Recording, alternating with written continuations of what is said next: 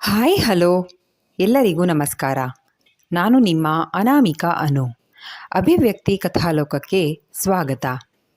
ಇನ್ನೂ ಯಾರೆಲ್ಲ ಈ ಚಾನಲ್ಗೆ ಸಬ್ಸ್ಕ್ರೈಬ್ ಆಗಿಲ್ಲ, ದಯವಿಟ್ಟು ಸಬ್ಸ್ಕ್ರೈಬ್ ಮಾಡಿಕೊಂಡು ಪ್ರೋತ್ಸಾಹ ನೀಡಿ. ಇಲ್ಲಿ ಪ್ರಸಾರವಾಗುವ ಕಥೆಗಳನ್ನು ಕೇಳಿ ನಿಮಗೆ ಇಷ್ಟವಾದರೆ ಲೈಕ್ ಕೊಟ್ಟು ಕಮೆಂಟ್ ಮಾಡಿ ಹೆಚ್ಚು ಹೆಚ್ಚು ಶೇರ್ ಮಾಡುವುದರ ಮೂಲಕ ನಮಗೆ ಮತ್ತಷ್ಟು ಪ್ರೋತ್ಸಾಹ ನೀಡೋದನ್ನು ಮರಿಬೇಡಿ. ಸೂತಪುತ್ರ ಕರ್ಣ ಕಥೆಯ 41ನೇ ಅಧ್ಯಾಯವನ್ನು ನೀವೆಲ್ಲರೂ ಕೇಳಿ ಆನಂದಿಸಿದ್ದೀರಾ ಅಂತ ಭಾವಿಸ್ತೇನೆ. ಹಾಗಾದರೆ 42ನೇ ಅಧ್ಯಾಯವನ್ನು ಶುರು ಮಾಡೋಣ. ಗುರುತಿನ ಚೀಟಿನ ಎನ್ನುತ್ತಾ ನೆನಪು ಮಾಡಿಕೊಂಡ ಕಲ್ಯಾಣಿ, ಇಲ್ಲ ಚಿಕ್ಕಮ್ಮವರೇ, ನಮ್ಮ ತಾವಂಥದ್ದು ಯಾವುದೂ ಇಲ್ಲ. ಆದರೆ ಮಸಿ ಒತ್ತಕ್ಕೆ ಹೋಗುವಾಗ ನಮ್ಮ ತಾವೊಂದು ಚೀಟಿ ಕೊಡ್ತಾರೆ, ಅದ್ರಾಗೆ ನಮ್ಮ ಚಿತ್ರ ಇರುತ್ತೆ. ಮಸಿ ಒತ್ತು ಬಂದ್ಮ್ಯಾಕೆ ಮತ್ತೆ ಗೌಡ್ರು ಇಸ್ಕೋತಾರೆ, ಅವ್ರ ತವನೇ ಐತೆ ಎಂದಳು ಕಲ್ಯಾಣಿ. ಏನಕ್ಕಿಂದು ಅದಿವಾಗ ಎಂದ ಕರ್ಣ. ಆಗ ಕಲ್ಯಾಣಿ, ನಾನು ಚಿಕ್ಕಮ್ಮವರೇ ಅಂತ ಎಷ್ಟು ಗೌರವ ಕೊಟ್ಟು ಮಾತಾಡ್ಸಿದ್ರೆ ಈ ನನ್ನ ಮಗ ಎಂಡ್ರನ್ನ ಮಾತಾಡಿಸ್ದಂಗೆ ಮಾತಾಡಿಸ್ತಾನೆ, ಏನು ಹೇಳೋಣ ಇವನಿಗೆ? ಕಲ್ಯಾಣಿ ಅವಲತ್ತುಗೊಂಡಳು. ತುಂಬ ಮುಖ್ಯವಾದ ಕೆಲಸ, ಅದನ್ನು ನಮ್ಮನೇಲೇ ಹುಡುಕಬೇಕು. ಬಹುಶಃ ಅಪ್ಪ ಸುರಕ್ಷಿತವಾಗಿ ಬೀರುಲ್ಲೋ ತಿಜೂರಿಲ್ಲೋ ಇಟ್ಟಿರ್ತಾರೆ ಅನ್ಸತ್ತೆ, ಹುಡುಕ್ತೀನಿ ಎಂದಳು ಇಂದುಮತಿ. ಅದೇ ಯಾಕೆ ಎಂದ ಕರ್ಣ. ನಿಂಗೆ ಹೇಳಿದ್ರೆ ಅರ್ಥ ಆಗಲ್ಲ, ಇನ್ನೊಮ್ಮೆ ಅರ್ಥ ಮಾಡಿಸ್ತೀನಿ ಎಂದ ಇಂದುಮತಿ ಕರ್ಣನ ಮುಖವನ್ನು ಪ್ರೀತಿಯಿಂದ ನೋಡಿದ್ಲು. ಇಬ್ಬರ ಸಂಭಾಷಣೆಯ ನಡುವೆ ಕಲ್ಯಾಣಿಗೆ ಮಾತೇ ಬರ್ತಾ ಇಲ್ಲ. ಈ ಹುಡುಗಿ ಯಾಕಿಷ್ಟು ತೊಂದರೆ ತಗೊಂಡು ನಮಗೆ ಸಹಾಯ ಮಾಡ್ತಿದ್ದಾಳೆ ಎಂದುಕೊಳ್ಳುತ್ತಾ ಇಬ್ಬರನ್ನು ನೋಡುತ್ತಾ ಕುಳಿತಳು. ನನ್ನ ಗೆಳತಿ ಗೊತ್ತಲ್ಲ ಲಲಿತೆ, ಅದೇ ನೀನು ಪೇಟೆಗೆ ಬಂದಾಗ ಸಿಕ್ಕಿದ್ಲಲ್ಲ, ಹೇಳಿದ್ನಲ್ಲ ನಿನಗೆ ಶ್ರೀನಿವಾಸಣ್ಣನ ವಿಷಯ, ಲಲಿತೆ ಜೊತೆ ಮದುವೆ ನಿಶ್ಚಯ ಆಯಿತು ಎಂದಳು ಇಂದುಮತಿ. ಇಸಿಯ ಗೊತ್ತಾತು, ಹುಡುಗಿ ಅವರೇ ಅಂತ ಗೊತ್ತಾಗಲಿಲ್ಲ. ಬಡವರು ಅಂತಿದ್ದೆ, ನಿಮ್ಮ ಅಪ್ಪಯ್ಯ ಒಪ್ಕೊಂಡ್ರಾ ಎಂದ ಕರ್ಣ. ಒಪ್ಕೊಳ್ಳೋ ಹಾಗೆ ಮಾಡಿದೆ. ಭುಜ ಕುಣಿಸಿ ನಕ್ಕವಳನ್ನು ನೋಡಿ ಕಲ್ಯಾಣಿ, ಏನು ಗೌಡ್ರು ಬಡವ್ರ ಮನೆ ಹೆಣ್ಣನ್ನು ಸೊಸೆ ಮಾಡ್ಕೋತಾವ್ರಾ ಎಂದು ಕೇಳಿದ್ಲು. ಹೂ ಕಣವ, ಅದೊಂದು ದೊಡ್ಡ ಕತೆ ನೋಡು. ನಮ್ಮ ಹಾಡಿನಾಗೆ ಆದರೆ ಅವನು ಕರೆದಾಗೋಗಿ ಹೆಂಗಸ್ರು ಅವನ ಜೊತೆ ಮಲಗಿದ್ದು ಎದ್ದು ಬರ್ತಾರೆ. ಅದೇ ಪ್ಯಾಟೆಯಲ್ಲಿ ಗೌಡನ ಮಗ ಅದೇ ತೆಪ್ಪು ಮಾಡಿದ್ಕೆ ಮದುವೆ ಮಾಡ್ತಾವ್ರೆ ಎಂದ ಕರ್ಣ. ಇಂದುಮತಿ ತಂದೆಯ ದುಷ್ಟ ಬುದ್ಧಿ ನೆನೆದು ಮುಖ ಸಪ್ಪಗೆ ಮಾಡಿಕೊಂಡವಳು ಸಾವರಿಸಿಕೊಂಡು ನಸು ನಕ್ಕು, ನಾನಿನ್ನು ಬರ್ತೀನಿ, ನಾಳೆ ಸಿಗೋಣ ಕರ್ಣ ಎಂದು ಹೊರಟವಳಿಗೆ, ಇರು, ಈಟೊತ್ನಲ್ಲಿ ಒಬ್ಬಳೇ ಹೋಗ್ತೀಯಾ, ಮನೆಗಂಟ ಬಿಟ್ಟು ಬರ್ತೀನಿ ಎಂದು ತಾನು ಕೂಡ ಎದ್ದ ಕರ್ಣ. ಏನಕ್ಕೆ, ಮಲಗಿದ್ದಲ್ಲ ಮಲ್ಗು, ಆ ಕಡೆಯಿಂದ ಒಬ್ಬಳೇ ಬಂದಿಲ್ವಾ ಎಂದು ಇಂದುಮತಿ ಹೇಳಿದ್ರೆ, ಈ ಕಾಡಿಗೆ ಬಂದು ನೀನು ಕಾಡು ಮನುಷ್ಯ ಆಗೋದೆ, ಆದರೂ ಬಿಟ್ಬತ್ತೀನಿ ನಡಿ ಎಂದು ಕರ್ಣ ಹೊರಟ್ರೆ ಇಂದುಮತಿ ಕಲ್ಯಾಣಿಯ ಕಾಲಿಗೆ ನಮಸ್ಕರಿಸಿ, ನೀವು ನನ್ನ ಇಂದು ಅಂತ ಕರೀರಿ, ಚಿಕ್ಕಮ್ಮೋರೆ ಅಂತ ಅನ್ಬೇಡಿ ಎಂದು ಹೇಳಿ ಹೊರಟಳು. ಚಿಕ್ಕಮ್ಮವರು ನಂಗೆ ನಮಸ್ಕಾರ ಮಾಡ್ಕೊಂಡ್ರಾ ಎಂದುಕೊಳ್ಳುತ್ತಾ ಕುಳಿತಳು ಕಲ್ಯಾಣಿ. ಮನೆಯಿಂದ ಹೊರಬಂದ ಇಂದುಮತಿ ಹಾಡಿ ದಾಟುವವರೆಗೂ ಮೌನವಾಗಿ ನಡೆದವಳು ಹಠಾತ್ತನೆ ಕರ್ಣನ ತೋಳಿಡಿದುಕೊಂಡು ನಡೆಯೋದಿಕ್ಕಾರಂಭಿಸಿದ್ಲು. ಭಯ ಆಗ್ತಿದ್ಯಾ, ಮತ್ತೆ ಒಬ್ಬಳೇ ಹೋಗ್ತೀನಿ ಅಂದೆ ಎಂದ ಕರ್ಣ. ಹೋಗೋ ಹುಂಬಾ ನೀನು ಎಂದು ತಲೆಗೆ ತಿವಿದು ತೋಳಿಗೆ ತಲೆಯಾನಿಸಿ ಹೆಜ್ಜೆ ಹಾಕಿ ನಡೀತಾ ಇದ್ರೆ, ಮೊನ್ನೆ ಸಹ ಇದ್ಕಿದ್ದಂಗೆ ನೀನು ಮೋಟ್ರ್ ಗಾಡಿ ಹತ್ಕೊಂಡು ಹೋದಲ್ಲ, ಏಟ್ ತಿಗ್ಲಾತು ಗೊತ್ತಾ? ದ್ಯಾವ್ರು ಗುಡಿತಾವ ನೀನು ಬಂದು ಮಾತಾಡಿದ್ಕೆ ನಿಮ್ಮ ಅಪ್ಪಯ್ಯ ಪಾಪ ಮಾಡ್ಕೊಂಡು ನಿನ್ನ ಇಲ್ಲಿರೋದು ಬೇಡ ಅಂತ ಪ್ಯಾಟಿಗೆ ಕಳಿಸ್ದ ಅನ್ಕಂಡೆ ಎಂದ ಕರ್ಣ. ಅಕಸ್ಮಾತ್ ಹಾಗೇನಾದರೂ ಕಳಿಸಿದ್ರೆ ಏನು ಮಾಡ್ತಿದ್ದೆ ಎಂದು ಕೇಳಿದ್ಲು ಇಂದು. 2 ದಿನ ನೋಡ್ತಿದ್ದೆ, ಬರಲಿಲ್ಲ ಅಂದರೆ ಹೆಂಗೋ ಪ್ಯಾಟೆ ದಾರಿ ನೋಡ್ಕೊಂಡಿದ್ನಲ್ಲ, ನಡ್ಕೊಂಡಾದರೂ ಹುಡ್ಕೊಂಡು ಬರ್ತಿದ್ದೆ ಎಂದ ಕರ್ಣ. ನೀನನ್ನು ಅಷ್ಟೊಂದು ಪ್ರೀತಿ ಮಾಡ್ತೀಯಾ ಕೇಳಬೇಕೆನಿಸಿತ್ತು ಇಂದುಮತಿಗೆ. ಆದರೆ ನಾಲಿಗೆ ಹೊರಳದೆ ಕೆನ್ನೆಗೆ ಮುತ್ತಿಟ್ಟಳು ಪ್ರೀತಿಯಿಂದ. ನೀನಿಂಗೆಲ್ಲ ಮಾಡಬೇಡ, ನಂಗೊಂಥರ ಆಗತ್ತೆ, ಮೊನ್ನೆ ಆದದ್ದೇ ಸಾಕು, ಮನಸ್ಸು ಸ್ಥಿಮಿತದಲ್ಲಿರಲಿ ಅಂತ ಅಂದ್ಕೊಂಡು ಹೇಳಿದ್ದ. ಹೇಗಾಗತ್ತೆ ಹೇಳು ಎಂದು ಕಚಗುಳಿ ಇಟ್ಟು ಕೇಳಿದ್ಲು ಇಂದುಮತಿ. ಮನೆ ಬಂತು ಹೋಗಮ್ಮಿ, ನಾಳೆಗೆ ಸಿಗುಮ, ಮುಂದೆ ಏನು ಮಾಡಬೇಕು ಅಂತ ನೀನೇ ಹೇಳ್ಬೇಕು ಎಂದ ಕರ್ಣ. ನಾನು ಯೋಚನೆ ಮಾಡಿ ಹೇಳ್ತೀನಿ ಎಂದು ಕಾಂಪೌಂಡ್ ದಾಟಿ ತೆಗೆದುಕೊಂಡು ಮನೆಯೊಳಗೆ ಹೋದಳು ಇಂದುಮತಿ. ಕರ್ಣ ಹಿಂತಿರುಗಿ ಮನೆಗೆ ಬಂದು ಕಲ್ಯಾಣಿ ಮಲಗದೆ ಕುಳಿತಿದ್ಲು. ಯಾಕವ್ವ, ಮಕ್ಕಳದಲ್ವಾ ಎಂದ ಕರ್ಣ ಬಾಗಿಲಿನ ಅಗುಳಿ ಆಗ್ತಾ. ಮಗ ಹುಲಿ ಜೊತೆ ಓಡಾಡಕ್ಕೋದ್ರೆ ನಿದ್ದೆ ಹೆಂಗೆ ಬರುತ್ತೆ ಕೂಸೆ? ಚಿಕ್ಕಮ್ಮವ್ರಂತೂ ಪ್ಯಾಟೆಲಿದ್ದು ಕಲ್ತವ್ರು, ದೊಡ್ಡ ಮನೆಯವರು ಕಣ. ಅವರಪ್ಪ ಕೆಟ್ಟವನೇ ಆಗಿರ್ಬೋದು, ಆದರೆ ನಾವು ನಮ್ಮ ಯೋಗ್ಯತೆಗೆ ತಕ್ಕಂಗೆ ಗೆಳೆತನ ಮಾಡಬೇಕು ಕಣ. ಗೌಡ್ರಿಗೇನಾದರೂ ಗೊತ್ತಾದರೆ ನಮ್ಮ ಗತಿ ಯೋಚನೆ ಮಾಡಿಯ ಒಂದಪ್ಪ ಆದರೂ ಕಲ್ಯಾಣಿ ಮನಸ್ಸಿನಲ್ಲಿದ್ದ ದುಗುಡವನ್ನು ಹೇಳ್ಕೊಂಡ್ಳು.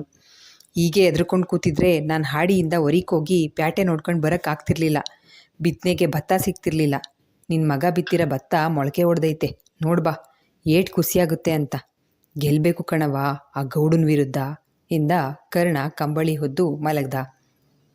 ಏನು ಕೇಡಾಗ್ದಿರಲಿ ಸಿಡ್ಲು ಮಾರಿ ಎಂದು ಬೇಡಿಕೊಳ್ಳುತ್ತಾ ಮಲಗಿದಳು ಕಲ್ಯಾಣಿ.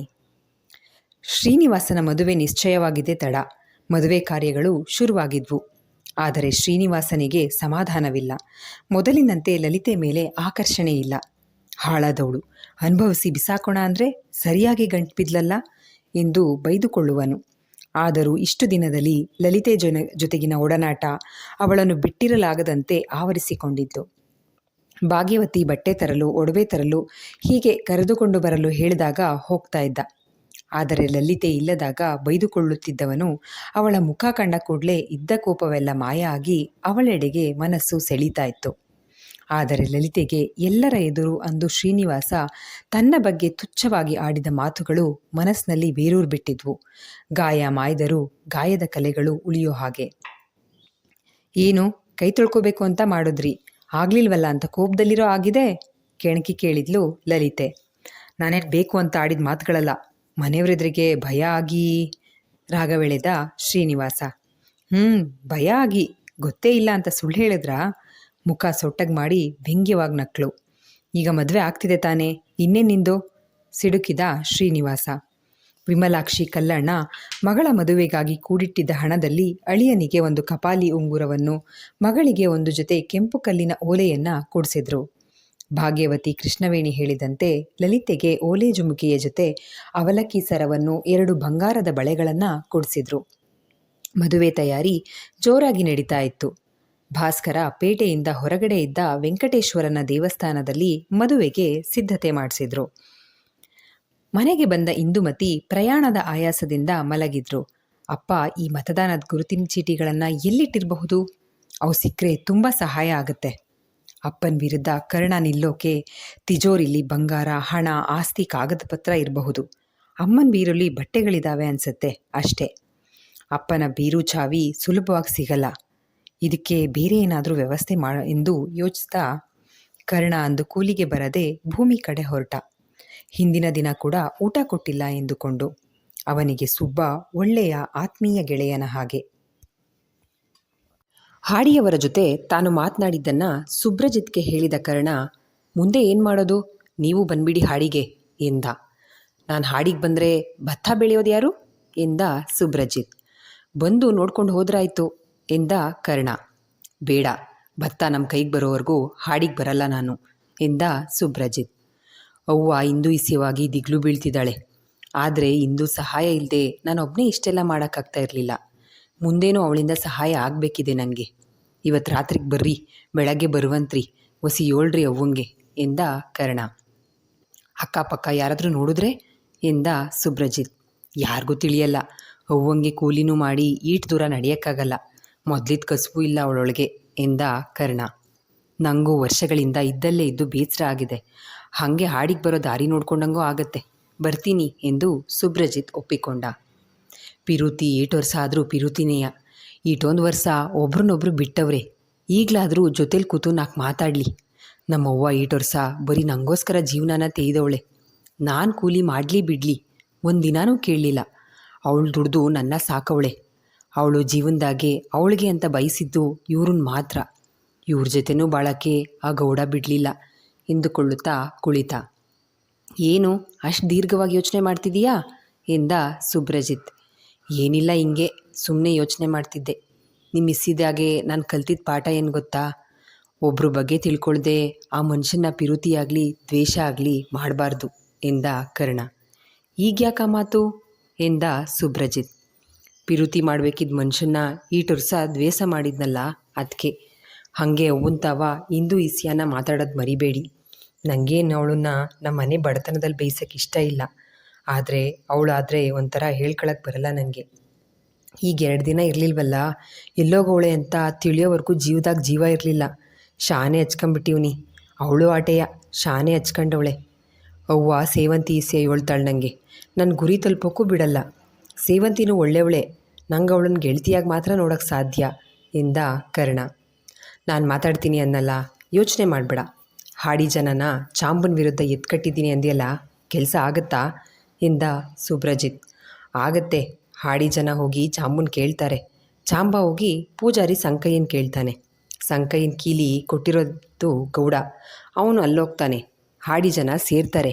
ಆಗ ಗುಂಪಿನಲ್ಲಿ ನಮ್ಮ ಹಾಡಿ ಜನ ಗೇಮೇ ಮಾಡಬಾರ್ದು, ಗುಡ್ಡ ದಾಟಿ ಆಚೆಗೆ ಹೋಗಬಾರ್ದು ಅಂತ ಸಂಕ ಸುಳ್ಳೆಳ್ಳವನೇ ಅಂತ ಹೇಳ್ತೀನಿ.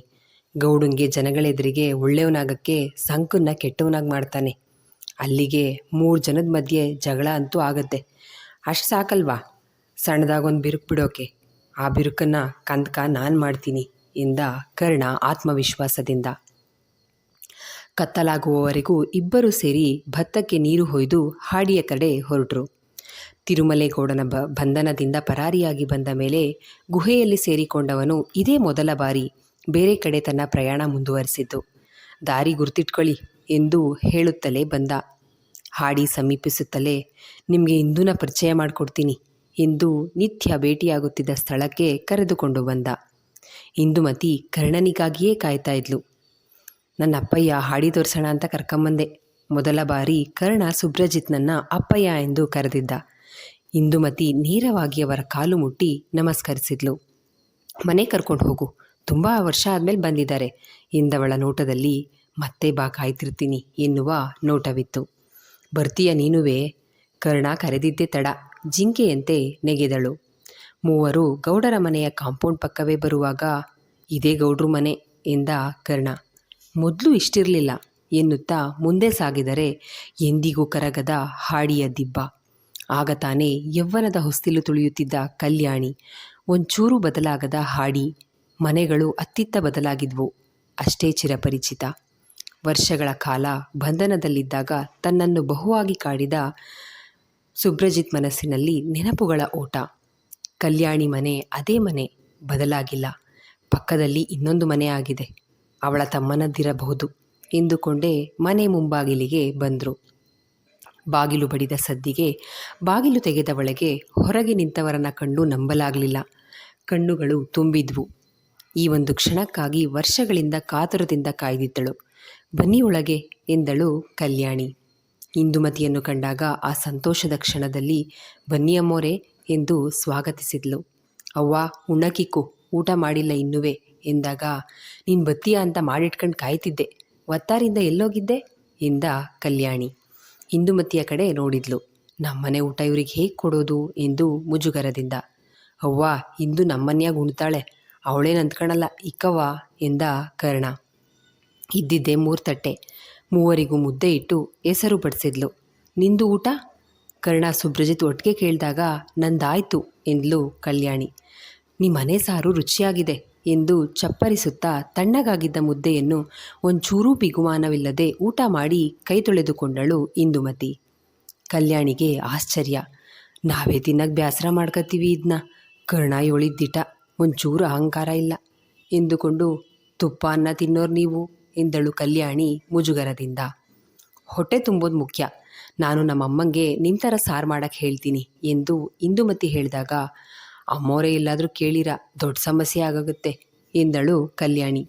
ಆಯಿತು ಕೇಳಲ್ಲ, ನನಗೆ ತಿನ್ನಂಗಾದಾಗೆಲ್ಲ ಕೇಳ್ತೀನಿ, ನೀವೇ ಮಾಡಿಕೊಡಿ ಎಂದು ಇಂದುಮತಿ ಹೇಳಿದ್ರೆ ಕಲ್ಯಾಣಿ ಉಪ್ಪಿ ತಲೆ ಆಡಿಸಿ ಬಡವ್ರ ಮನೆಗೆ ಭಾಗ್ಯಲಕ್ಷ್ಮಿ ಬಂದಂಗಾತು, ಕುಚೇಲನ ಮನೆಗೆ ಕೃಷ್ಣ ಬಂದಂಗೆ ಎಂದಳು ಕಲ್ಯಾಣಿ. ಮಗಳೇ ಇಂದು ಒಂದು ಅನುಮಾನ ಎಂದ ಸುಬ್ರಜಿತ್. ಕೇಳಿ ಎಂದಳು ಇಂದುಮತಿ. ಕರ್ಣ ಹೇಳ್ದ ನೀನು ದಿನ ಭೇಟಿ ಮಾಡ್ತೀಯ ಅಂತ, ಅಕಸ್ಮಾತ್ ರಾತ್ರಿ ಎಚ್ಚರ ಆಗಿ ನೀನಿಲ್ಲ ಅಂತ ನೋಡಿದ್ರೆ ಏನು ಗತಿ ಎಂದು ಸುಬ್ರಜಿತ್ ಕೇಳ್ದ. ಅದಕ್ಕೆ ನಾನೊಂದು ಉಪಾಯ ಮಾಡಿದ್ದೀನಿ ಎಂದಳು ಇಂದುಮತಿ ತಲೆ ತಗ್ಸಿ. ನೀನು ತಲೆ ತಗ್ಸೋಂಥ ಕೆಲಸ ಏನು ಮಾಡಿರಲ್ಲ, ಏನು ಮಾಡಿದೀಯಾ ಎಂದ ಸುಬ್ರಜಿತ್. ಈ ಪ್ರಶ್ನೆ ಕರ್ಣನನ್ನು ಕೂಡ ಹಲವಾರು ಬಾರಿ ಕಾಡಿದ್ರೂ ಕೇಳಲಾಗಿರಲಿಲ್ಲ.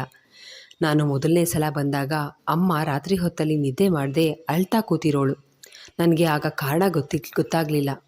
ಕರ್ಣ ಹೇಳಿದ ಮೇಲೆ ಗೊತ್ತಾಗಿದ್ದು.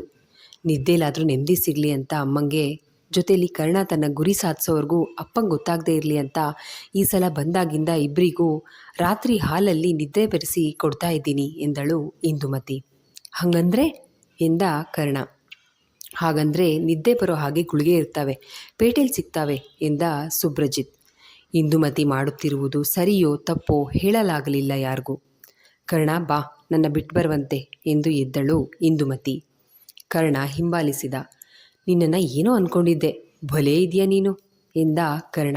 ನಿನಗೋಸ್ಕರ ಎಂದು ಭಾವುಕಳಾಗಿ ನುಡಿದಳು. ಶ್ರೀನಿವಾಸಣ್ಣನ ಮದುವೆಗೆ ಇನ್ನೇನು ಹೋಗ್ತೀವಿ, ಆಮೇಲೆ ಹಾಡಿಲಿ ಇಲ್ಲ ಅಂತ ಗಾಬರಿ ಆಗಬೇಡ ಎಂದಳು ಇಂದುಮತಿ. ಹೇಳಿದೆಯಲ್ಲ, ಗಾಬರಿ ಏನಿಲ್ಲ ಈಗ ಎಂದ ಕರ್ಣ. ಜನಗಳನ್ನ ನಿನ್ನ ಕಡೆ ಮಾಡ್ಕೊ, ಒಳ್ಳೆ ಮಾತಲ್ಲಿ. ನೀನಂದರೆ ಹಾಡಿಲ್ಲಿ ಹೆದರ್ತಾರೆ ಕಣೋ, ಬಾ ಎಂದಳು ಇಂದುಮತಿ. ನಾನು ಮಾಮೂಲಿಯಾಗೇ ಇರ್ತೀನಿ, ಅವರೇ ಎದುರೋದು ಎಂದ ಕರ್ಣ. ಹೊರಟ ನೀನು, ನಮ್ಮ ಅಪ್ಪನ ಥರ ಮಾತಲ್ಲೇ ಮರಳು ಮಾಡೋದು ಕಲಿ ಎಂದಳು ಇಂದುಮತಿ. ನೀನಿದೆಯಲ್ಲ ಕಲಿಸೋಕೆ, ಬಿಡು ಎಂದ ಕರ್ಣ. ಮನೆ ಬಂದಿದ್ದರಿಂದ ಇಂದುಮತಿ ಹೋದರೆ ಅರ್ಧ ದೂರ ಹಾಡಿಗೆ ಹಿಂತಿರುಗಿದ ಕರ್ಣ ಮರದ ಬುಡದಲ್ಲಿ ಕುಳಿತ. ಇಲ್ಲಿಗೆ ಈ ಸಂಚಿಕೆ ಮುಕ್ತಾಯವಾಯಿತು. ಈ ಸಂಚಿಕೆ ನಿಮ್ಮೆಲ್ಲರಿಗೂ ಇಷ್ಟವಾಗಿದೆ ಅಂತ ಭಾವಿಸ್ತೇನೆ. ದಯವಿಟ್ಟು ನಿಮ್ಮ ಅನಿಸಿಕೆ ಅಭಿಪ್ರಾಯಗಳನ್ನು ಕಮೆಂಟ್ ಸೆಕ್ಷನ್ನಲ್ಲಿ ಹಂಚ್ಕೊಳ್ಳೋದನ್ನು ಮರಿಬೇಡಿ. ಧನ್ಯವಾದಗಳು.